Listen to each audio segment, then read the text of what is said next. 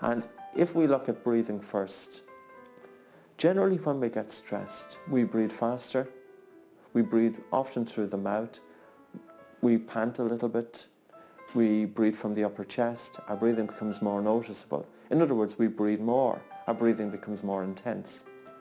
And then oftentimes, as I'm working with people who are stressed, who have anxiety or depression, and I ask them, well, have you ever taken a deep breath to help with stress? And the vast majority say, yes, I've taken a deep breath. And I ask them, show me the deep breath that you take. And they show me this big breath, often through the mouth, taking a large breath of fresh air into the lungs. And I say, that's entirely the wrong thing to do. And I know it's endemic in the Western world. And some people have even said to me, well, how have everybody got it so wrong? I have no idea. But the whole concept of taking a deep breath is just using the diaphragm. It doesn't mean that the breath has to be bigger.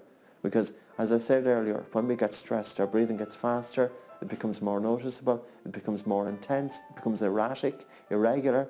It's like a big sigh.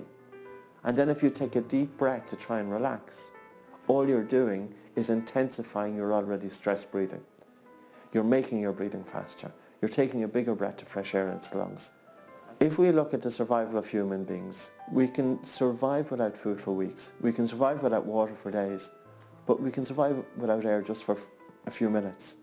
And if, the quantity and the quality of food is important and the quantity and quality of water is important, surely not only the quality of air is important, but also the quantity. How much should we breathe? And with breathing, the rule is less is more. In other words, our breathing should be invisible. We shouldn't see it. We shouldn't hear it. It should be very light.